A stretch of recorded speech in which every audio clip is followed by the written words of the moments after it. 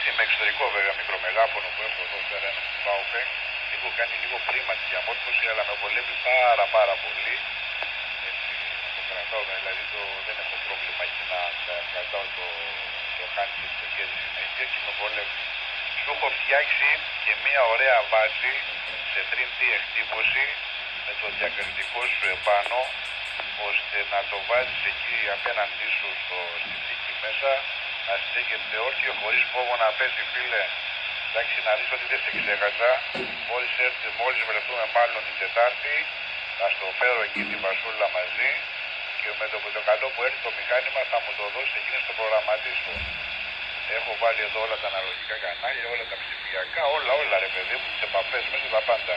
Ένα κλικ τα πήρε όλα και τελείωσε. ΑΔ BYB. Λοιπόν, ευχαριστώ και που μας νοιάζεσαι κιόλα και όχι μόνο εμένα.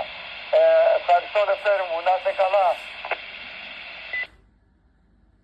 Ωραία που τη βρήκα τη βάση και έτσι ήταν ωραία, μου άρεσε.